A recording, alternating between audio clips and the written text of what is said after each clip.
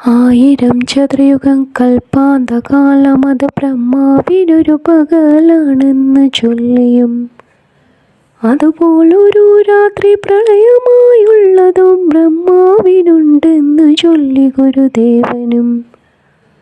കൽപ്പാന്തകാലം ഒരു പകലിന് ശേഷം രാത്രി നിദ്രയിലാഴാൻ തുടങ്ങിയും ബ്രഹ്മനും.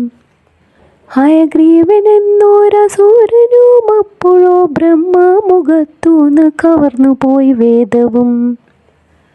വേദം തിരിച്ചെടുക്കാനായി ഭഗവാനു മത്സ്യാവതാരമെടുത്തുകൊണ്ടങ്ങനെ മറുദിക്കിലൊരിടത്ത് ഭാഗവതോത്തമനായുള്ള സത്യവ്രത രാജാവിരിക്കവേ, സന്ധ്യ തന്നേരത്ത് വന്ദനം ചെയ്യുവാൻ ഹൃതമാല എന്നൊരു നദിയിലുമെത്തവേ, ജലതർപ്പണത്തിനായി കൈക്കുമ്പിളിൽ കൊണ്ട് ജലത്തിലായൊരു കുഞ്ഞു മത്സ്യത്തെ കാൺകവേ,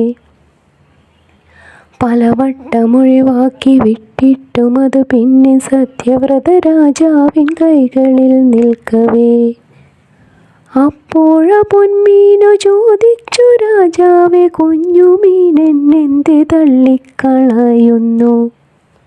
ഘോരമാം മീനുകൾ എന്നെ പിടിച്ചങ്ങ് തിന്നാലോ രാജാവേ, എന്തു ചെയ്തിടുവിൻ? ചോദ്യവുമായിതാ മത്സ്യത്തെ കണ്ടതും അത്ഭുതത്തോടങ്ങു രാജാവും നിൽക്കവേ,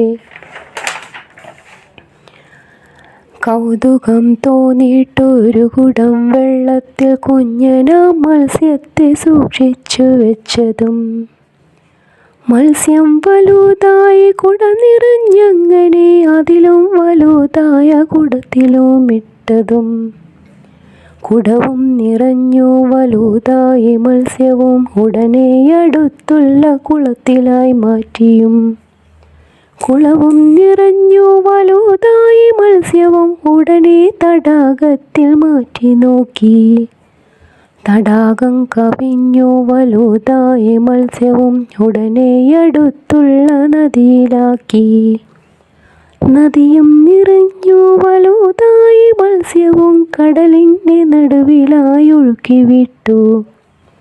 ഒരു ദിനം കൊണ്ടല്ലോ 100ഓളം യോജന വലുതായി നിൽക്കുന്നു കുഞ്ഞു മത്സ്യം. അന്നമയ കോശത്തെ ചേർന്നങ്ങ് നിൽക്കുന്ന ജ്ഞാനമയ കോശം ഉണർന്നുവപ്പോൾ, ജ്ഞാനമയ കോശമോ മനസ്സിനോടു ചൊല്ലി, ഇത് വെറും ചെറുമീനോ മത്സ്യമല്ല.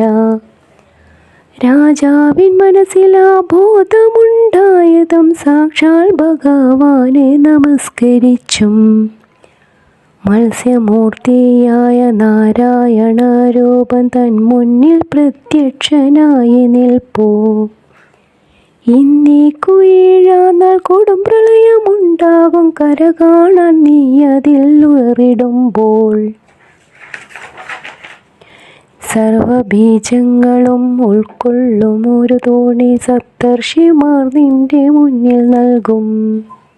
സപ്തർഷിമാർക്കൊപ്പം യാത്ര ചെയ്തിടുമ്പോൾ ഒരു കോർത്ത കൊമ്പുള്ള മത്സ്യം വരും. വാസുകിയാകുന്ന കയറാലെ തോണിയും മത്സ്യത്തിൻ കൊമ്പിനാൽ ബന്ധിക്കണം. ഭഗവാൻ പറഞ്ഞു മറഞ്ഞു കഴിഞ്ഞതും അതുപോലെ എല്ലാമേ സംഭവിച്ചു. തോണിയിൽ വെച്ചതാ കണ്ടു നിന്നു രാജമത്സ്യനാരായണമൂർത്തി രൂപം. ബ്രഹ്മമുഖത്തു നിന്നുത്ഭവിച്ച വേദം കവർന്ന ഹയഗ്രീവനെ നിഗ്രഹിച്ചും, വേദത്തെ വീണ്ടെടുത്തേൽപ്പിച്ച ഭഗവാന്റെ മത്സ്യനാരായണമൂർത്തി രൂപം. ഗുരുവായൂരമ്പല കളപാലങ്കാരത്തിൽ കണ്ണാ നീ ഇന്നെത്ര സുന്ദരനായി. മത്സ്യാവതാരമിതു കേൾക്കുന്ന ഭക്തനും പറയുന്ന ഭക്തനും സായുജ്യമാം.